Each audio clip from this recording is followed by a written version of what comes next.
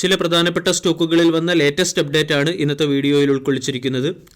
ഫെബ്രുവരി 16-ാം തീയതി നടന്ന ഫഡ്സെ all world ഇൻഡെക്സിൻ്റെ index റീജിഗ് മീറ്റിംഗിൽ Kalyan jewellers, KPIT technology, Phoenix mill പോലുള്ള സ്റ്റോക്കുകളെ ഇൻഡെക്സിൻ്റെ ഭാഗമാക്കി എന്നുള്ളതാണ് പ്രധാനപ്പെട്ട ഒരു അപ്ഡേറ്റ്.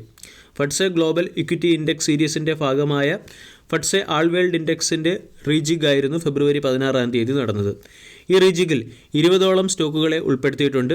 ഫാക്ട് അല്ലെങ്കിൽ fertilizer and chemicals Travancore, Jindal stainless, Kalyan jewellers India, KPIT technology, Mazagon dock ship builder, metro brand, new India assurance company, NLC India, Phoenix mill, Poonawalla Fincorp, prestige estate projects, RVNL, SJVN, Sundaram finance, Suzlon energy, Thermax തുടങ്ങിയ സ്റ്റോക്കുകളെയാണ് FTSE all world ഇൻഡെക്സിൽ ഉൾപ്പെടുത്തിയിരിക്കുന്നത്.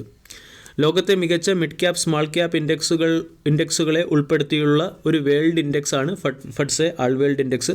ഫഡ്സെ all world ഇൻഡെക്സിൽ Indian ഇക്വിറ്റികൾക്ക് 2% weightage ആണുള്ളത്. Passive mutual ഫണ്ടുകൾ വഴിയുള്ള fund inflow പലപ്പോഴും Morgan Stanley world ഇൻഡെക്സിനെയും ഫഡ്സെ all world ഇൻഡെക്സിനെയും ആസ്പദമാക്കിയുള്ളതാണ്. അതിൻ്റെ പശ്ചാത്തലത്തിൽ മേൽപ്പറഞ്ഞ സ്റ്റോക്കുകളിൽ ഫണ്ട് ഇൻഫ്ലോ ഉണ്ടാകാനുള്ള സാധ്യത വളരെ കൂടുതലാണ്. ഈ പറഞ്ഞ സ്റ്റോക്കുകളിൽ മികച്ച പെർഫോമൻസ് കാഴ്ചവെക്കുന്ന ഒരു സ്റ്റോക്ക് KPIT ടെക്നോളജിയാണ്.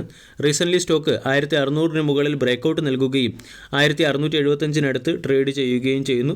സ്റ്റോക്കിൽ കൺസോൾട്ടേഷൻ റാലി, വീണ്ടും കൺസോൾട്ടേഷൻ, ഈ രീതിയിലുള്ള ട്രെൻഡാണ് സ്റ്റോക്ക് ഫോളോ ചെയ്യുന്നത്. കൺസോൾട്ടേഷൻ റേഞ്ചിന് ശേഷം സ്റ്റോക്കിലൊരു ബ്രേക്കൗട്ട് വന്നിട്ടുണ്ട്. അതുകൊണ്ട് breakout trading point of view സ്റ്റോക്കിനെ പരിഗണിക്കാവുന്നതാണ്. കൂടാതെ സ്റ്റോക്ക് അതിൻ്റെ ഓൾ ടൈം ഹൈയിൽ നിന്നും 100 പോയിന്റ് അല്ലെങ്കിൽ 100 രൂപ ഡിസ്കൗണ്ടിൽ ലഭിക്കുന്നു. രണ്ടാമത്തേത്, തിങ്കളാഴ്ചയിലെ ട്രേഡിംഗ് സെഷനിൽ ഡിഫൻസ് സെക്ടറിലെ സ്റ്റോക്കുകളെ പ്രത്യേകമായും ശ്രദ്ധിക്കണം. കാരണം വെള്ളിയാഴ്ച നടന്ന ഡിഫൻസ് അക്വിസിഷൻ കൗൺസിൽ മീറ്റിംഗിൽ 80,000 കോടി രൂപയുടെ ഡിഫൻസ് എക്യുപ്മെൻറ്റ് പ്രൊക്യൂർമെൻറ്റിന് ഡിഫൻസ് അക്വിസിഷൻ കൗൺസിൽ അപ്രൂവൽ നൽകിയിട്ടുണ്ട്. ഇതിൻ്റെ പശ്ചാത്തലത്തിൽ മേജർ ഡിഫൻസ് സെക്ടറിലെ സ്റ്റോക്കുകളായ Bharat electronics limited, BDL, Hindustan aeronautics limited തുടങ്ങിയ സ്റ്റോക്കുകളെയാണ് ശ്രദ്ധിക്കേണ്ടത്. 2024-2025 മിലിറ്ററി സെക്ടർ ബഡ്ജറ്റിൻ്റെ ഭാഗമായി ഏകദേശം 80,000 കോടി രൂപയുടെ പ്രൊക്യൂർമെൻറ്റാണ് നടക്കുക. ഈ 80,000 കോടി രൂപയുടെ പ്രൊക്യൂർമെൻറ്റിൽ 95% ഇൻഡജീനിയസ് ആയിട്ടുള്ള കമ്പനികളുടെ എക്യുപ്മെൻറ്റുകളായിരിക്കും പ്രൊക്യൂർ ചെയ്യുക. കാരണം ഇതിനെ long time integrated perspective and Atmanirbhar ക്യാമ്പയിനിലാണ് ഉൾപ്പെടുത്തിയിരിക്കുന്നത്. 2023 ഡിസംബർ മാസത്തിലും ഡിഫൻസ് അക്വിസിഷൻ കൗൺസിൽ വളരെ വലിയൊരു പ്രൊക്യൂർമെൻറ്റിന് അപ്രൂവൽ നൽകിയിരുന്നു. അന്ന് 2.23 ലക്ഷം കോടി രൂപയുടെ പ്രൊക്യൂർമെൻറ്റിനാണ് അപ്രൂവൽ നൽകിയത്. 97 തേജസ് ലൈറ്റ് കോമ്പാക്ട് എയർക്രാഫ്റ്റും 186 പ്രജൻറ്റ് കോമ്പാക്ട് എയർക്രാഫ്റ്റിൻ്റെയും പ്രൊക്യൂർമെൻറ്റിന് അപ്രൂവൽ നൽകി. ഈ ന്യൂസുകളുടെ പശ്ചാത്തലത്തിൽ ഡിഫൻസ് സെക്ടറിലെ സ്റ്റോക്കുകൾ വീണ്ടും പെർഫോം ചെയ്യാനുള്ള സാധ്യതയുണ്ട്. ഇവിടെ നമുക്ക് ശ്രദ്ധിക്കാവുന്ന ഒരു സ്റ്റോക്കാണ് ഹിന്ദുസ്ഥാൻ എയറോനോട്ടിക്സ് ലിമിറ്റഡ് എന്ന സ്റ്റോക്ക്. ലോങ് ടൈം ഇൻവെസ്റ്റ്മെൻറ്റിന് വേണ്ടി പറ്റിയ ഒരു സ്റ്റോക്ക് തന്നെയാണ്.